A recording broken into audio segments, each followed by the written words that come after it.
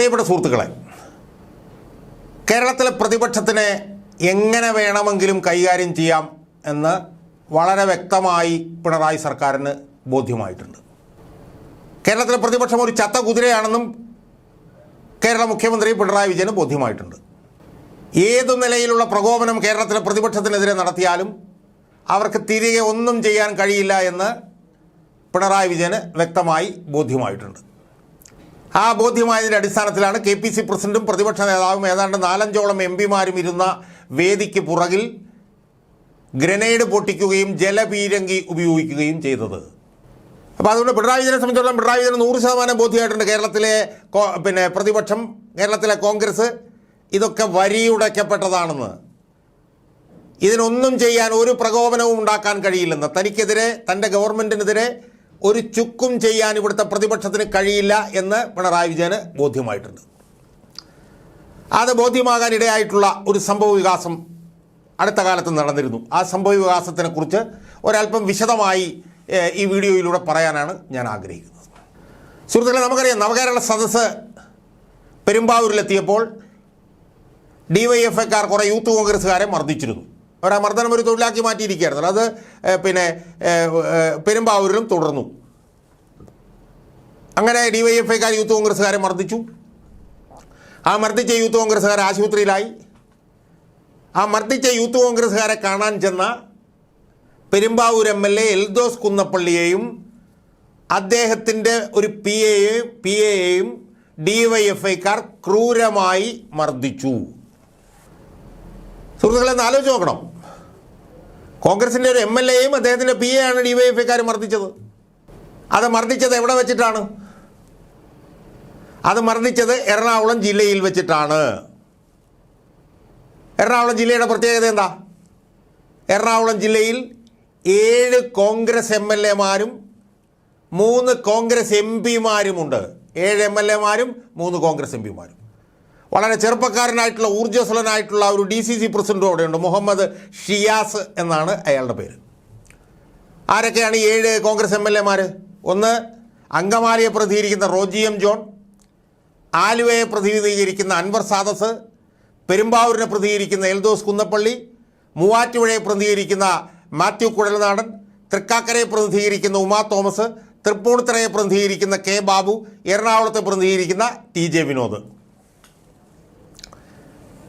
അതിൽ 4 പേരെങ്കിലും ചെറുപ്പക്കാരാണ്. Anwar Sadath, Roji M. John, Eldhose Kunnappilly, Mathew Kuzhalnadan എന്നിവർ 4 പേരും താരതമ്യേന ചെറുപ്പക്കാരാണ്. അങ്ങനെ 7 കോൺഗ്രസ് MLAമാരുണ്ട് എറണാകുളം ജില്ലയിൽ. ഇനി 3 MPമാരുമുണ്ട്.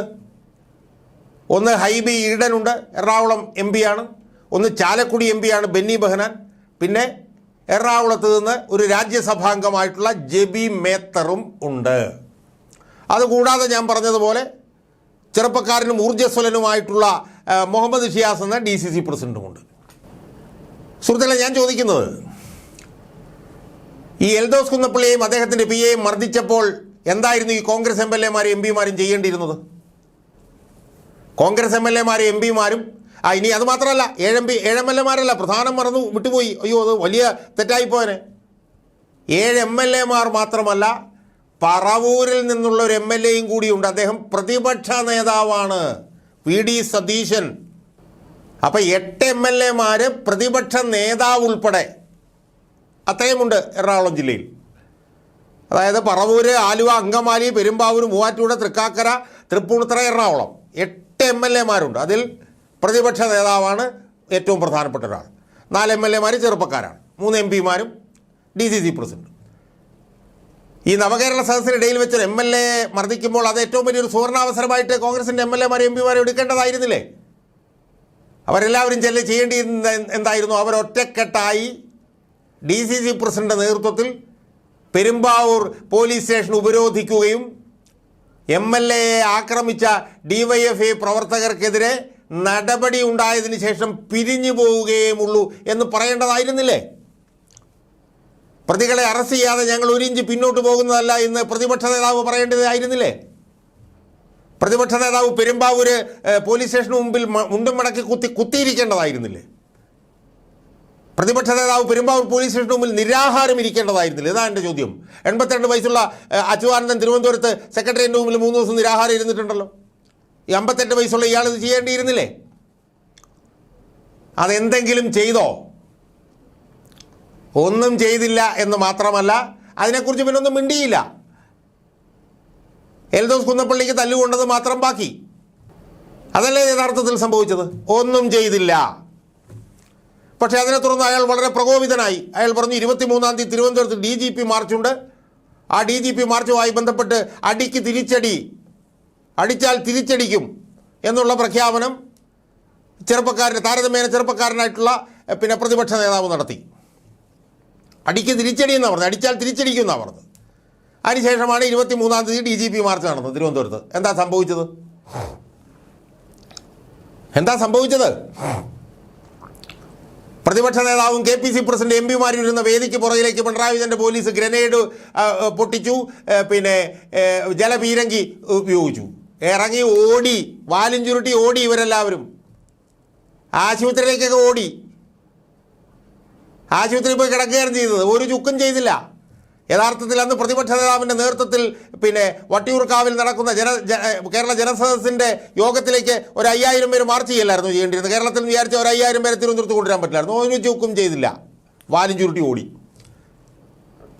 അപ്പോൾ 23-ാം തീയതി കഴിഞ്ഞു.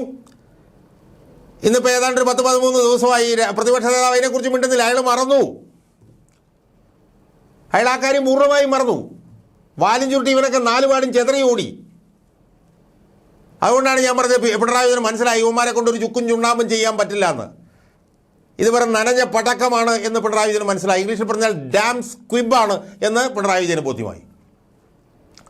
സുഹൃത്തുക്കളെ, ഇവന്മാരുടെ പരിപാടി എന്താ? ഇപ്പോഴും ഇത്രയും പൂത്ത് ചീഞ്ഞ് നാറിയ ഒരു ഗവൺമെൻറ് ഇവിടെ ഉണ്ടായിട്ട്, ഇത്രയും റിപ്രസീവ് ആയിട്ടുള്ളൊരു ഗവൺമെൻറ് ഇവിടെ ഉണ്ടായിട്ട്, ഇത്രയും റുത്ലെസ് ആയിട്ടൊരു ഗവൺമെൻറ് ഇവിടെ ഉണ്ടായിട്ട്, ഇത്രയും കറപ്ഷൻ റിഡൻ ആയിട്ടുള്ളൊരു ഗവൺമെൻറ് ഇവിടെ ഉണ്ടായിട്ട്, പോലീസ് അട്രോസിറ്റിയിൽ പുതിയ ചരിത്രം സൃഷ്ടിച്ച ഒരു ഗവൺമെൻറ് ഇവിടെ ഉണ്ടായിട്ട്, പ്രതിഷേധിക്കുന്നവരുടെ തലയടിച്ച് പൊട്ടിക്കുന്ന ഗവൺമെൻറ് ഇവിടെ ഉണ്ടായിട്ട്, ഇന്നിപ്പോൾ ലേറ്റസ്റ്റ് ഇപ്പോൾ ഉണ്ടായിരിക്കുന്നത് എന്താ? വണ്ടിപ്പെരിയാറിൽ ഒരു 6 വയസ്സുകാരെ പീഡിപ്പിച്ചു കൊന്ന പ്രതി അവനെ പോലീസ് അന്വേഷണം അട്ടിമറിച്ച് വെറുതെ വിടുന്നു. അവൻ്റെ ബന്ധുക്കൾ ആ പീഡിപ്പിക്കപ്പെട്ട ആ ഹതഭാഗ്യയുടെ അച്ഛനെയും ബന്ധുവിനെയും കുത്തി പരിക്കേൽപ്പിക്കുകയാണ് സുഹൃത്തുക്കളെ. അതാണ് ഇവിടെ നടക്കുന്നത്. അത്രയ്ക്ക് മാരകമായ ഒരു ഗവൺമെൻറ് ഇവിടെ ഉള്ളപ്പോൾ, ഇവിടെ നിയമവ്യവസ്ഥ തകരുമ്പോൾ, ഇവിടെ ഗവർണറെ തെമ്മാടി എന്ന് SFIയുടെ നേതാവ് വിളിക്കുമ്പോൾ, ഇവിടെ ഗവർണറെ നാറി എന്ന് ഒരു MLA വിളിക്കുമ്പോൾ, ഗവർണർ ഒരു ജില്ലയിലേക്ക് ചെല്ലുമ്പോൾ അവിടെ ഹർത്താൽ പ്രഖ്യാപിക്കുന്ന സാഹചര്യം ഉണ്ടാകുമ്പോൾ, ഇവിടെ നിയമവ്യവസ്ഥ ഇല്ലാതാകുമ്പോൾ, ഇവിടുത്തെ ഈ കാശിന് കൊള്ളാത്ത കൈപ്പണം കെട്ട ഒന്നിനും കൊള്ളാത്ത വരിയുടയ്ക്കപ്പെട്ട കോൺഗ്രസിൻ്റെ UDFൻ്റെ ഏറ്റവും പ്രധാനപ്പെട്ട പാർട്ടിയായിട്ടുള്ള കോൺഗ്രസ് ഇവിടെ എന്താ ചെയ്യുന്നത് സുഹൃത്തുക്കളെ?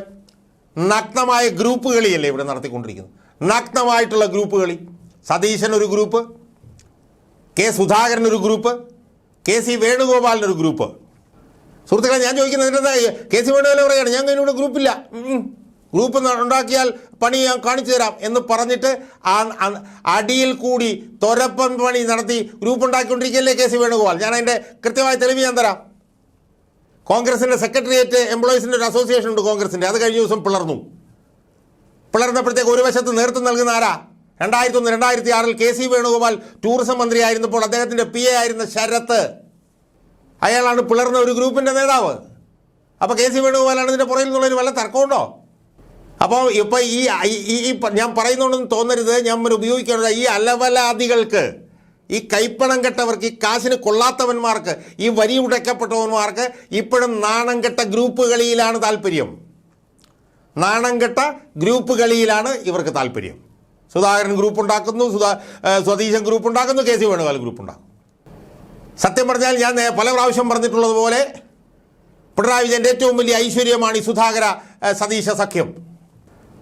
പിണറായി വിജയൻ്റെ ഏറ്റവും വലിയ ഭാഗ്യമാണ് ഈ പ്രതിപക്ഷം. അപ്പുറത്ത് എന്തും ചെയ്യാൻ തയ്യാറായി കുഞ്ഞാലിക്കുട്ടിയിൽ നിൽക്കുന്നു. അതുകൊണ്ട് ജനങ്ങൾ ഇവരെ വെറുതെ വിടുമെന്ന് ആരും കരുതരുത്. ജനങ്ങൾക്കിപ്പോൾ പിണറായി വിജയനേക്കാൾ പരിഭവവും പ്രതിഷേധവും ഈ പ്രതിപക്ഷത്തിനും ഈ കോൺഗ്രസിനുമെതിരെയാണ് എന്നുള്ളത് ഇവന്മാർ ഇതുവരെ മനസ്സിലാക്കിയിട്ടില്ല എന്നാണ് എനിക്ക് സൂചിപ്പിക്കാനുള്ളത്.